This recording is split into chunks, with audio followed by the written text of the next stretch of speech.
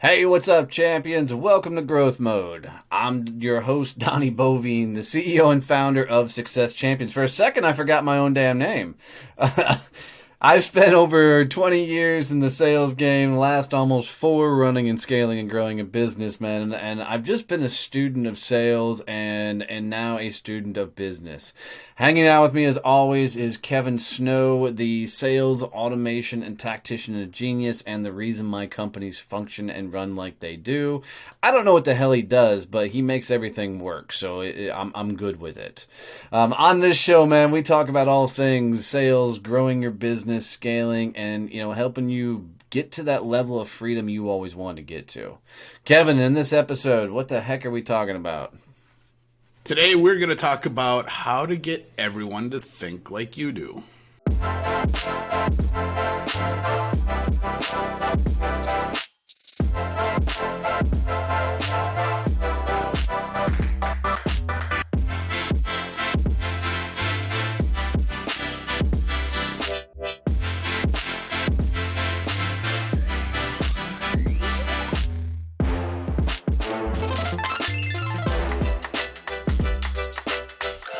Oh, that's a scary fucking thought. I'm not sure I want everybody thinking like I think. I will agree to that. So what do you mean getting everybody to think like I do, or is that a generalized statement? I think that's a generalized statement. I think part of building a audience, building your your ideal client base, building your community, and I'll use your favorite word, your tribe. Right. Is getting people to buy into this bigger vision that you have, or buying into this way that you conduct yourself and you do business. And I think for business owners, especially in that small business where they're everything and they're the brand yet for their business, I think that is really key, but a lot of them fail at it. Yeah. Yeah, I think I have to put one caveat as we go into this episode that if you're the CEO of the company, nobody is ever going to think like you, right? Nobody's ever going to sell as good as you. Nobody's going to ever buy the vision like you do. Nobody's ever going to represent like you do. And I think you have to come to terms with that and be okay. Now, with that said, you get that vision aligned, you know where you're going, you're able to articulate it, and you're able to put your message out there to where it attracts the people who geek out on the same shit you geek out on, then you will attract people that want to run as hard as you do. Right? Which is what I think I've successfully done with Success Champions. One, finding Kevin and some of the other people that hang out with us, is by helping everybody else around me to see how we're impacting and going to change the world. And being crazy enough to even put those words out there in the atmosphere. But also, I think most business owners, CEOs, do not show up as their genuine self. And you can go back to whatever episode we talked about, being unapologetically yourself. Go listen to that because we talk about, 100% you shouldn't just be an asshole. But I think, once you let the world meet you on real terms, then you can start bringing in the people that will fit your culture and run the way you want to run. I think people that struggle with this, I'm thinking about a CEO I know.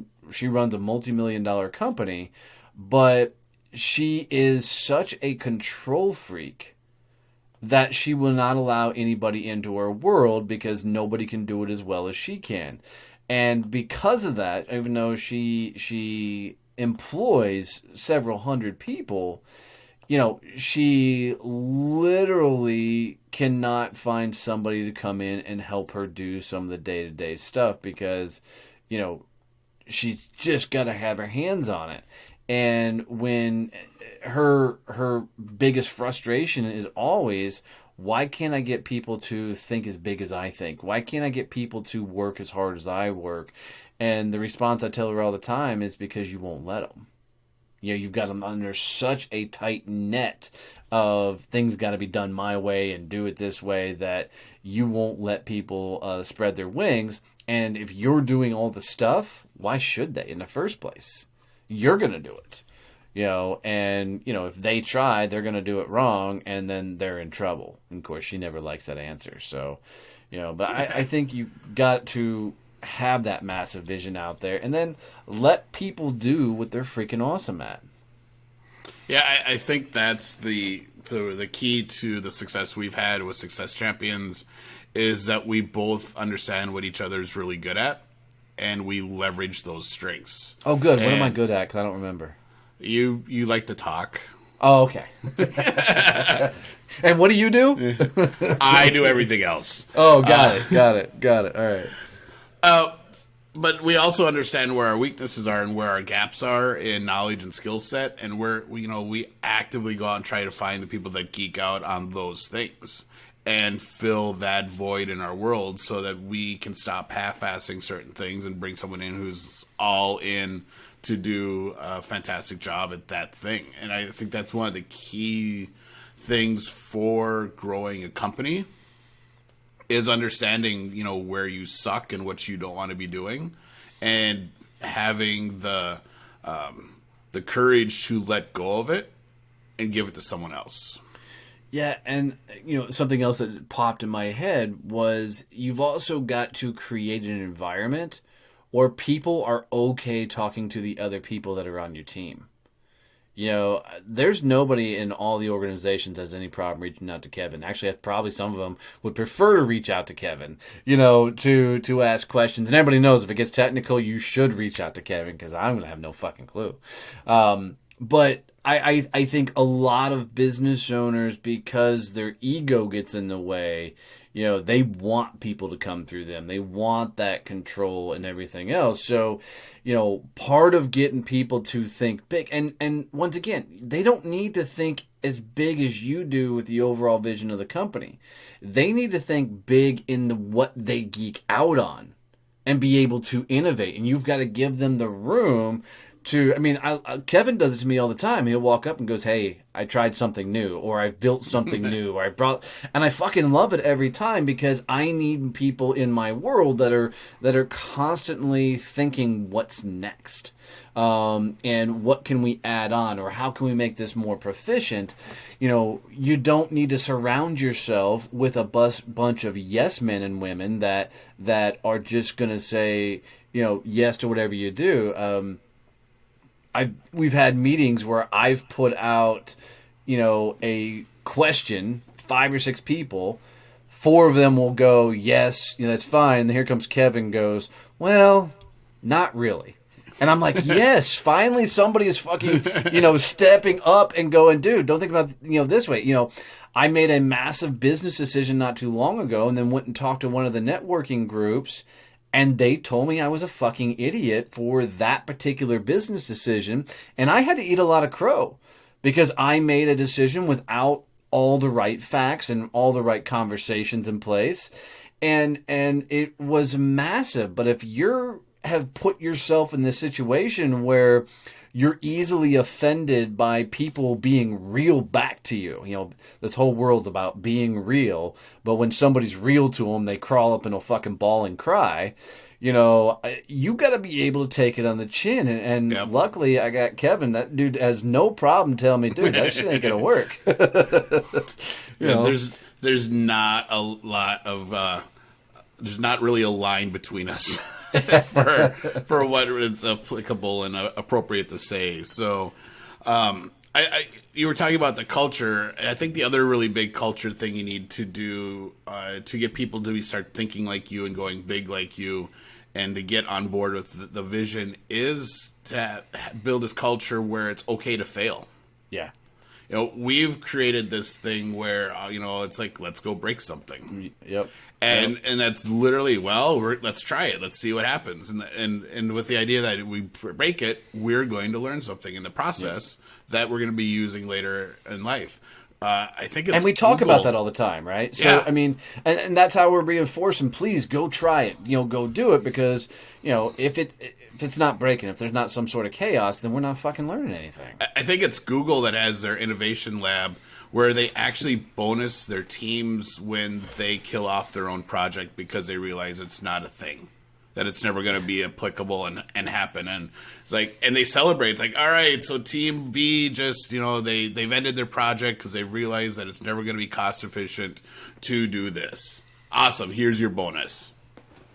So you're getting bonus to fail, and then they all go and figure out something new that they want to try out and investigate and research and see if they can make it work. And it's a continuous learning thing. And some of the stuff works is awesome, and other stuff is like it's really cool, but it's never going to be able to be implemented. So let's just stop. Yeah. In addition to that, I mean, Kevin and I recently just implemented, a work hour during the week where we don't have a whole lot of an agenda, but we show up and have some loose ideas of things we're going to talk about. But we're going to be working on things while we brainstorm, what we're doing with the company and how we're moving it forward. And one of the last sessions we did, we just mapped out the next 4 phases of the companies as a whole, and it was a cool process to go through. So I think to get people to think like you want them to think on a bigger level, you got to put them in a position where they can. And what was even better is Kevin and I were in another meeting. A guy wants to come and do a lot of things with us and help us from a sales perspective and everything else. Kevin articulated so well, and seriously, dude, I was impressed the shit out of how well you articulated it. The next 4 phases of the business, he articulated it better than I and him laid it out. It was really, really cool to watch. And I think that's a lot of what has to happen in your world is you gotta let people run. You gotta actually give them the reins in horse speak and let them put their head down and fucking go. And quit trying to box people in. I just got done watching a presentation by one of our members, and she said, one of the indicators that your business is starting to fail is the entrepreneurs start leaving.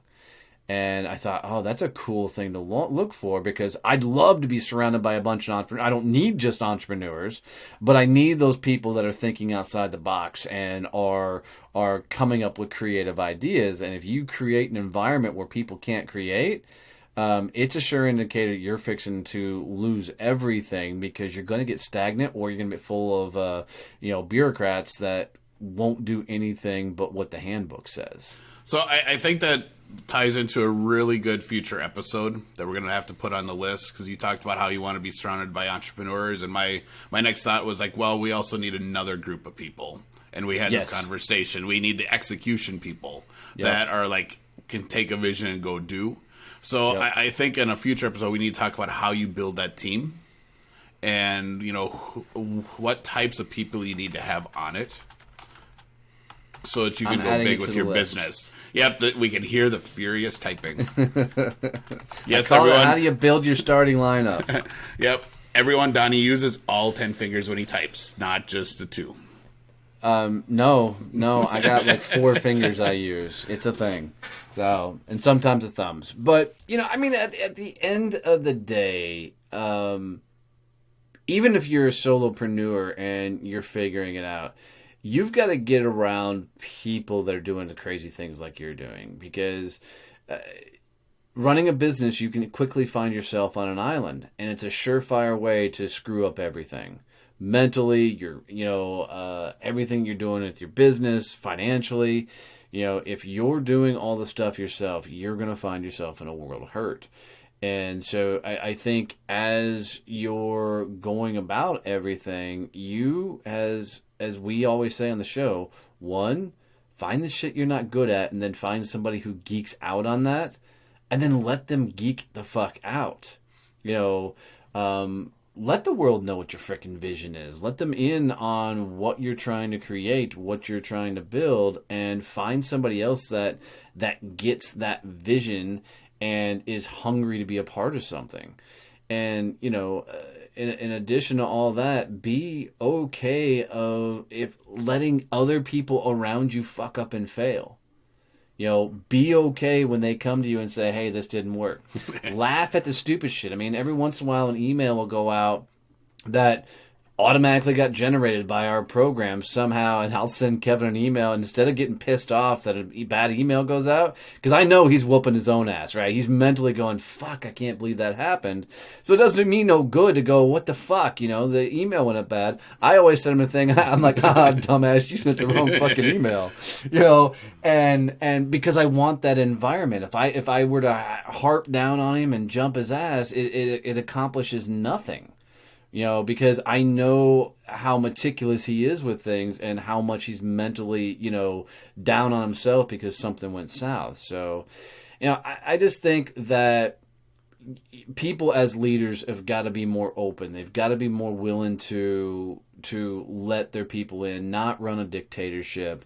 And be okay with people telling you you're a fucking idiot if you're doing the wrong things, and then surround yourself with the people who will call you a fucking idiot if you're doing the wrong things.